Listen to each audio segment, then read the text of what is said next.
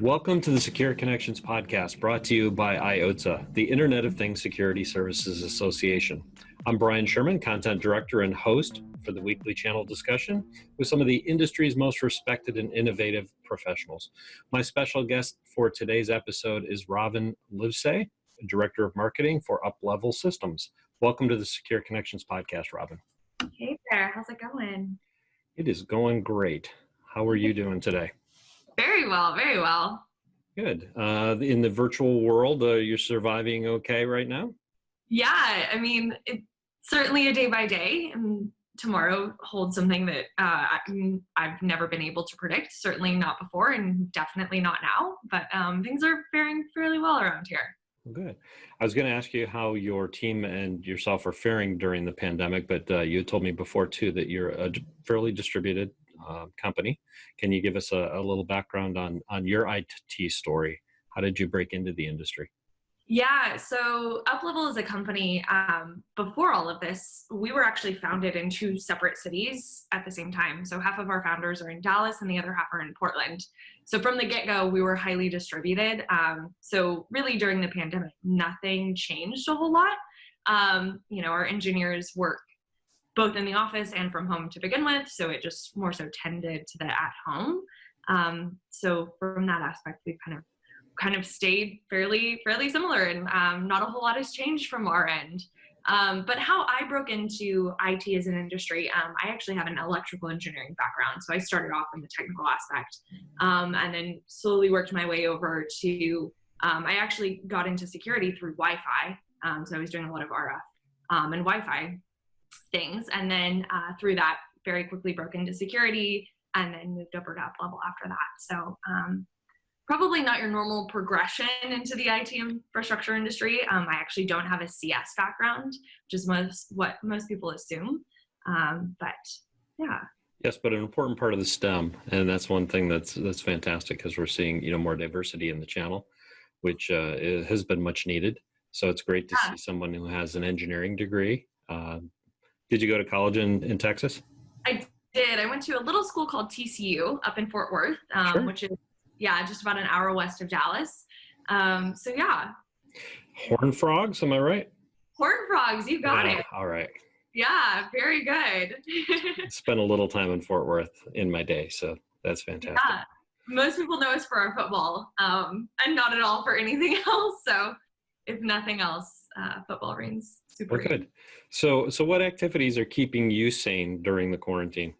That's a really good question. I think I found a new love for cooking again, something that I had completely shoved off, which I don't necessarily know is the best thing when you're trapped inside a house to be cooking all the time. But it certainly helped keep me kind of sane and do something that I never was doing before, right? I'd kind of grown accustomed to the eating out. Oh, there's my dog. Eating out and just kind of outsourcing the cooking aspect. So it was fun to start cooking again. Yeah. I guess the question is, after the pandemic, will you go back to your just grabbing stuff out, or do you think you'll continue? That's a good question. I think at least for the meantime, it's been a really good stress reliever to cook, right? Because I can't be answering emails at the same time. So I think I'll probably try and keep the hobby for a bit, but it'll be nice to have the option when I'm completely exhausted to go and just grab something quickly. No, that makes sense. I've been doing a lot of home projects, believe me, over the last 2 months, and I won't run out of those, but I'll probably slow down a little bit when we can go back to doing some things outside the house. There's going to be probably this big gap of whenever that may be. Yeah. At least you'll have the option, right? Like it'll no longer be a glaring have to. Yeah, definitely. So let's switch a little bit to the business side. What lessons should companies have learned during the pandemic? It's been, like I said, 8 to 10 weeks now. Do you think everybody's figured out the things that they're doing wrong and the things that they need to be doing afterwards? But I think they figured out what they're doing wrong in terms of quarantine. I think the biggest thing for companies to learn is, what does this look like moving forward? I think a lot of the trends of quarantine will actually continue for a decent amount of time. Most importantly, the distributed networks, right? Allowing companies to house employees in different areas and expand their employee pool outside of what used to be their commuter zone, right? You were limited to what people were willing to drive to get to the office for an employee base. And I think that's really expanded. So I think we're going to see continued flexibility around working from home. It's no longer going to be a luxury to work from home. In a lot of cases, it might be a necessity for companies, right? From a financial perspective of office space to a financial perspective of employee base, and all those different things, and really pulling in the lessons and the different lessons of how to do things, right? The different modalities of how to do things from the quarantine, moving forward into full-time business, right? When the economy is fully in swing and moving forward again. That makes sense. So obviously the people and policy perspective is one thing, is allowing people to work from home or on the road or in the office. What about the infrastructure side of things? How do you see that changing? Yeah, so I mean, that's certainly going to be a huge talking point moving forward, right? During the quarantine, we saw a lot of risk associated with security, right? Ideas that this wasn't going to be the best for security, and that the fallout of this was going to be a lot of attacks that occurred.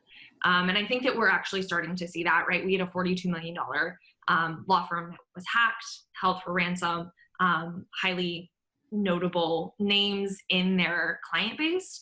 And I think that's only going to continue, right? As we see this moving forward, the infrastructure that is allowing employees to work from home has to be, one, secure, and it also has to be malleable. Employees need the flexibility of maybe a hybrid solution, right?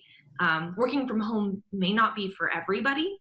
So it most likely will be fairly common to see maybe a 3 or 4 day or 2 or 3 day in the office, and then the rest of the time at home every week. And so we'll need infrastructure that plays really well together, number one, for at home and in the office, but also infrastructure that the IT department can actually handle, right? At the moment, we have a lot of companies that are putting employees behind their ISP modems, which we know is not at all the most secure thing in the world, right? And so how do IT managers and MSPs specifically go and manage a home office where you have kids on computers and wives and husbands and all kinds of other family members doing various different things on the same network as a business, right? And if you're an attorney or an accountant, that's a big deal, right? You have access to a lot of really sensitive information that could easily be exposed. That makes sense. So, and then on the security part of it is probably the trickiest part. And I know we've covered that, pretty extensively at IOTSA, but what do you see as some of the biggest obstacles on that side? I think the physical hardware, right? How do you manage someone remotely when you're not going in and being able to control every device that's on the network, right? This idea that you're going to bring your own device, everyone's going to have their own device, and employees are inadvertently probably going to allow their kids to get on their computers, and there's going to just be a lot of cross-pollination. So the idea of managing all the aspects of the network are going to change, right? And companies may not have complete and total control over the devices in the network at home and what gets done on them. Makes sense. So, Robin, how does UpLevel Systems fit into this equation? Yeah, so we've really moved towards trying to provide a solution for this work from home issue, right? How do you secure devices? And our thinking around it is you actually don't secure the individual devices, and you secure the entire network and segregate those devices apart.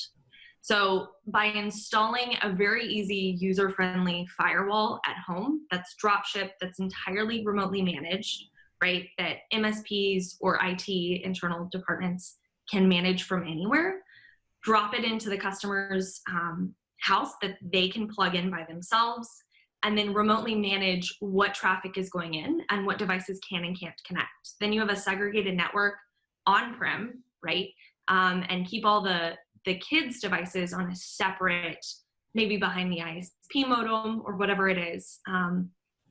But we've really worked to make sure that that infrastructure is really easy to deploy, number one, and number two, can be deployed anywhere. So our gateway can actually sit behind any ISP modem. It can be behind a double NAT scenario or a triple NAT scenario, and can work the exact same way. And you can segregate out all of that employee traffic and network traffic into its own network, and then manage all of the attacks coming in and not.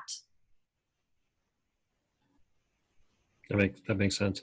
What about, I guess I'm thinking of, so basically you are hardening the security in a home space or maybe in a temporary office, whatever it may be, and then also segmenting the system so that the personal can be, one side separately from the work computer systems. Is that accurate? Yeah, exactly. So you can harden them and segregate the two apart from one another, number one. And then number two, our solution is actually fairly malleable. So let's say, for instance, if you have one employee that leaves the company, right? What do you do? So that solution can be moved very easily because it's a plug and play device. But number two, you can change the services at any given time. So if anything ever happens, or if there's added degree of security that needs to be added, it's all software on top of that. So once the physical device is there, you can easily go in and enable or disable any services that you need moving forward. Okay. Well, no, that's great for if you have employee transitions, or I'm even thinking on the personal side is you get a lot of people that will lease an apartment for a year or even less than a year and move around. How easy is it to move that from one place to the other? Oh, it's as easy as moving all the other boxes, right? Which may not be easy depending on how many boxes you have, but hey, I can do it. Anybody can do it. I mean, that's not, yeah. Yeah. Most importantly, right? So you don't have to deploy your internal IT department or an MSP directly to their office, or sorry, their home office, the house, right? So they simply just plug it into the internet. It takes two cables, one for power, one for internet, and the thing is up and running. And from there, everything is cloud monitored and managed so that customers can easily get it online, and then the MSPs can easily manage it after that. That's fantastic. Yeah, because I know that's always the question mark is, how do I go do a call at somebody's home, especially if it's in their bedroom, or they've got co-managed space with. Actually, was I had to do a home tour yesterday, and the wife was working in the one side of the house. She was a teacher, and she was still doing instructions on the one room. So it's like things you don't think about before, but you may have multiple people that are working from one location, and you want to be as least disruptive as possible. So that's fantastic. Yeah, least disruptive. And on top of that, during this whole situation, it became very apparent that it's uncomfortable to go into these foreign places, right? Especially someone else's home. And so even before, as we're working on a vaccine and before we get a vaccine, people are going to be very timid about allowing, vendors to come into their homes still. And so this completely eliminates that. We have partners that directly drop ship the gateways into the to the customers, and the customers take it from there, and then the MSPs manage it from the back end. Yeah, fantastic. Less intrusive. So what does the work from home movement mean for MSPs? Yeah, so I think it's going to be a shift in how MSPs manage the office and what their physical scope for the region looks like. I think MSPs are going to see a massive expansion of their region, just simply because people are allowed to work from home, and that's just going to broaden the amount of customers that they can take in. But most importantly, it'll expand beyond the main office, right? Like we're talking about these home offices that MSPs really have only done as favors up until this point. It's really going to become a main part of the infrastructure. So we're seeing several MSPs actually make massive pivots into this space and change their billing accordingly, right? If you're not managing all the devices on the network, how do you bill for all the other things that you're doing, right? And changing the billing models to represent kind of this new work from home infrastructure. It makes sense because they may end up doing more for the same clients than they did before. And one of the studies I was looking at yesterday, I'm trying to remember where it came from, they showed that more than half of employees could do some, if not all, of their work from home. And I think that's trending higher as we get along. Manufacturing is not as it's more robotic now. There's less people involved. So I can see this trend continuing. way beyond this part is for the options. Not a good time to invest in commercial real estate, I would say. Is even though Yeah, I think we're all in a similar mindset of, oh my goodness, any sort of commercial real estate REIT right now is probably hurting a bit. And there certainly seems to be a big lag there with what's actually going to happen to those commercial real estate investments. But yeah. So you mentioned the management part too. Can you go in a little more in depth on what that means for an MSP, is how I'm going to manage all of these points and maybe what it looks like for them, what things that they see? Yeah, so we've designed the gateway specifically for MSPs so that they can see all of their customers under single pane of glass on a dashboard. And it makes it very, very easy to go in and do all of the other things that you would typically have to do from a command line on a firewall, on a traditional firewall. It's all done in the dashboard, and it makes determining issues when they do come up very easy to resolve. So we actually bubble up all the issues to the top. They see all their customers under a single pane of glass. And then each customer, so let's say for instance, one office, right? One customer has 10 employees working from home. You would see all 10 gateways broken out separately, and you can see all the individual issues of all the services that are running. And those all bubble up to the top, so you can determine, okay, customer A is having an issue at, Susie's house. So we need to go in, maybe we call the customer, tell them that they're having an internet issue or whatever it may be, and can manage it all from there. Fantastic. Now, I don't know if you have integrations in place with like PSAs and RMMs yet, but are some of those things coming, and what does that look like? Yeah, so we actually have integrations already with PSAs and RMMs. And then this month, we're actually releasing an SNMP agent, which will integrate us with Aavik and any sort of collector for network visualization and management as well. Great. Yeah, you mentioned the single pane of glass, so the more integrations you have, the better, obviously, when it comes to security too. Yeah, absolutely. Now, one of the things I know the big movement was everybody has to have a VPN if they're working from home, but we all know that that's a false sense of security for many, because the systems that they're working behind are not necessarily secure, or that they're working on. What are your thoughts on that part? Does this help? How does this help? Yeah, so you're exactly right. VPNs really do give a false sense of security, and they're fantastic for encrypting traffic.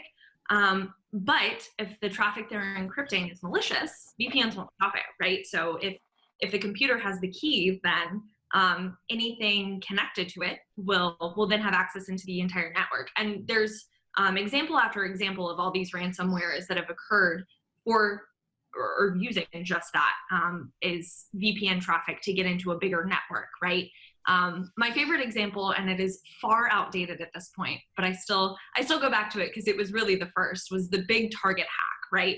You recall back, what was it, 2010 maybe? 10 years ago? It's been a while now, yeah. It's a long time ago. But it was really one of the first major consumer, very public issues. And it was actually a VPN hack. What happened was the HVAC vendor had, one of the computers had been compromised. The VPN credentials were on the computer. Allah went into all of a sudden all of the Target infrastructure and led straight to the POS system, right? So, so we forget about the fact that VPNs are only as secure as the endpoints connected to them. And especially right now, when you have, all these different people in the house, probably working from similar devices, right? So the kids come over, get on the computer, go to all kinds of different game websites and whatnot that aren't known for security at all. And all of a sudden, they click on an emailer maybe, and they have access into the computer. Now the computer's infected, and then you come back, log into the VPN to get into the corporate network, and lo and behold, there's all the financial data or all of the social security numbers from the law firm or whatever it may be. So what UpLevel is doing is, number one, segregating out the traffic. Number two, hardening the security at the home office so that we can actually see what's going on as far as security in the home office, to know if there is a potential risk to infect the main office, and then cut off that whenever it does occur, if there's ever anything, right? We can inspect traffic, prevent employees from getting to known bad countries, known bad websites, all of those things right from the start so that kids, even if they do log into your computer, cannot get out to the VPN. So I know, with the pandemic, there's a lot of BYOD systems set up now. Even though they didn't bring them in the office, they're Right. utilizing personal devices. This would actually, the system that you're deploying would allow them to continue that without as much risk. Is that a Yeah, fair assessment? exactly. Because really moving forward, I don't know how we would prevent people from using their own devices in their own home, right? So moving forward, there's got to be a way to secure all the devices that are connecting to the corporate network. And how we see to do that is by easy to deploy firewalls so that we can manage the traffic going on in the home network, number one, and also manage it back to the home office, right? So we can cut that VPN tie as soon as anything happens to prevent any spread. Fantastic. No, that gives you many more options now, because I know that's one of the areas of pain points. I was talking to advisory panel, or it's an advisory panel of MSPs last week, and that's one area where many still struggle is how do I protect the PCs, the tablets, and the other things that people are stuck working on, because in many cases, when they had 2 or 3 days in order to move from the one environment to the other, they had to utilize whatever they had. And Oh, entirely. yeah, and so many of the distributors were backlogged on PC, on laptops, to be able to send home to. So it's I would say it's a very big cluster right now of what may be happening in some of the businesses, and they're hoping that they can triage some of that as we come out of the pandemic. But I think in many cases they may look at what's the flexible options we have to move forward. Yeah, and if you think about it, back when all this happened, to your point, it was a mass exodus to the home office, right? Yeah. This happened in days. And so the infrastructure that was thrown together was done so very last minute. And I think especially, going back to what lessons have we learned is that worked then, but it certainly is not sustainable moving forward. We can't continue to do this recklessly. So we'll need to go in and put in infrastructure that actually is manageable, right? That the office can manage or the MSP can manage from anywhere. Devices, secure those devices in the home network. And then on top of that, it's got to be financially feasible. Because the other big thing that companies hit at the beginning of this was, oh my gosh, I don't have budget to go and fund all of these things. And I can't go buy firewalls for each of my employees. That doesn't make sense, right? So UpLevel is actually 100% subscription based. So you actually don't have to fund any hardware. You pay for it on a monthly basis. And that makes it very malleable for things moving around, right? When things change, environments grow, employees come and go, it makes it very easy, right? You're not out any capital expenditure. It's just built into the operating cost of your business. That's a fantastic point, because I know that, there's a lot of concerns financially for businesses in general. I mean, some are doing very well. Many of the MSPs we talk to are doing quite phenomenal right now, considering, unless they're in, very hard hit verticals like restaurants and hospitality and but generally they're doing well, but they are very concerned about long-term repercussions because of what the economy will do. So hardware as a service type options or software as a service options are a good option for keeping them, when I say more capital friendly, because they don't have to use extra capital.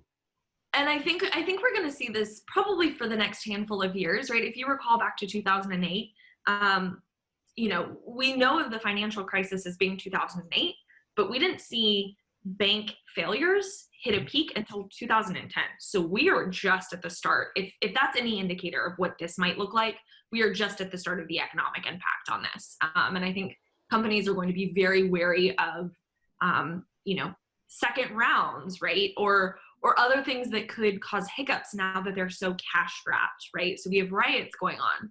Now all these restaurants and businesses that had just started opening up again are sometimes having to close again, right? So any sort of hiccup like that is going to cause massive financial heartache on companies, and that's only going to continue until we get out into the full-blown clear where we have a vaccine and the economy starts to sustainably start growing again. I think cash is going to be critical. Yeah. Well, and the other area where I think the MSP community is trying to figure it out right now as they move forward too, is how to find good cost-effective solutions for the work from home environment. How does, Mhm. now you mentioned that the subscription model works well. How is it as far as, pricing model for MSPs? How does that work? Yeah, so we only ever sell to the MSP. We actually don't sell to the end customer at all. So we allow MSPs to build it into their existing model, which often is a monthly reoccurring management fee. So a lot of our MSPs will actually just bundle all of it together and include the infrastructure as a piece of it, right? And so from that aspect, we're very kind to MSPs. We actually believe that MSPs are our partners, right? In the true sense of the word. They're the ones managing the equipment, and it's our job to make them as successful as possible. But what it looks like for them is it's very straightforward. There's no kind of weirdness around pricing or what your bill will look like. It's very straightforward. This is the cost of the gateway. These are additional services that you can add on. And it's all done on either month-to-month, 1 year, 2 year, or 3 year contract. Fantastic. I've seen a lot that are doing like a premium package, or a work from home package where, the pricing is slightly higher because they're managing more things for each individual user too. And I think we may see that trend to where that continues because they want to add additional security layers. They want to add additional equipment in some cases. So it gives you an opportunity if you have something like this, it seems like, to where, you can provide all of that protection, but still give them flexibility or malleability to your term before too. So. Yeah, definitely. The ability to go in, if nothing else, and turn on and off services as you need, and then have the next month's bill reflect that is huge, right? So you're not locked into 3 year licenses. Certainly right now, because we have no idea what next month is going to look like, let alone next year, and certainly not 3 years down the line. So companies, I think, especially right now, are going to continue to make these short-term decisions that could be long-term, right? But they're not going to commit to a 10-year lease right now, or even a 3-year lease is fairly risky. So we're going to continue to see these small decisions being made as long as they can sustain for longer term. And that's really what we've built out in the infrastructure is, right? You can sign up to a 3-year contract. You don't have to. You can easily sign a month to month. And that contract is actually with the MSP, right? Not with the end customer. So if the MSP feels confident in, let's say, these 5 core businesses staying together and staying afloat, and then managing them for 3 years, they can easily sign a 3-year contract, even though the end customer is on a month to month. And then the MSP gets the price break of the 3 years, right? And then if anything ever happens, it's the MSP's contract, so they can easily move it to another customer without any issues. So if they go beyond like their 3-year contract for X number, they can also go month to month with those, I would assume. Can you do you can, right? Yeah, you can easily do a mix, right? So it's just on a gateway by gateway basis. Sure. So say you have 10 gateways on a 3-year, 5 gateways on a 2-year, 20 on a month to month. Yeah, because the extrapolation is a hard part for them right now. I think with the uncertainty, to your point earlier, is if you can have a core of this is what we know we're going to need. And if we go beyond this, it's great because we're going to have more clients paying more money, and we can go to a month to month on that. So yeah, that's a fantastic option. Yeah. Great. So for those interested in learning more about UpLevel Systems, what's the best way to get this information for the partners? Yeah, so the best way is our website, www.uplevelsystems with an S on the end.com. Very straightforward. And then if anyone has any specific questions, I'm an open book. I'm very easy to get a hold of. My email is Robin, R-O-B-I-N, @uplevelsystems.com. Very easy. Don't worry about trying to spell my last name. Just like the bird, @uplevelsystems.com. So I like simple. Simple's good. Yeah. Simple is great. Our website has a ton of information for MSPs. You can see the product, what's included, all the services. You can even get in there and look at documentation and the spec sheets and all that good stuff. But then any specific questions, more than happy to answer. Fantastic. Any final thoughts before we sign off today, Ron? Yeah, no, I think final thoughts are, for MSPs, just a small bit of advice is stay on your toes, right? We are not at all out of the woods. So, kind of expect the unexpected and plan for the unexpected, right? Get ready for things to continue to change, and especially with infrastructure and anything else that comes along with it, right?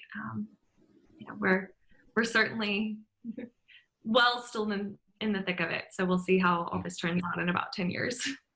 Well, fantastic. And it's a great message as far as, being malleable and flexible, because that's the hardest part with the uncertainty right now is making plans that could change next week, that could change next month, could change tomorrow. We're seeing that. I mean, I'm near New York State, and New York State just decided last night in our area that they will open tomorrow. They will open today. So they didn't know. So a business can change like that during a pandemic. So. And I think especially right now, this is a great opportunity to look at the what if scenarios that you would never, ever, ever consider, right? So what if we do have to shut down again for another 2 months? What if this thing gets worse, right? All those things. So, as painful and hard as they are, that's certainly a big recommendation I have. And also talk to your vendors, right? Talk to your vendors and talk to your customers. I always recommend just having an open book of how things are going, right? Because vendors are very willing to help you right now, and customers are very willing to tell you how bad things are. So having open lines of communication are also really important at the moment. And many of them have more time right now because they're not traveling anywhere. Exactly. Everyone stayed put for once in their life. Yeah, that won't happen let's hope that doesn't happen again, knock on wood. No, I am itching to get on a plane at the moment, so. Well, fantastic. I can't say to do that today, although those options are available, but but fantastic. Well, on behalf of the IOTA team, our sincere thank you to Robin Livesay from UpLevel Systems for joining us today. One final note before we close today's session, please join us on July 7th, 8th, and 9th for the IOTA Beyond the Curve Cyberstream Series 2.0. It will be held from 2 to 4:30 Eastern Time each afternoon. We will have fantastic speakers.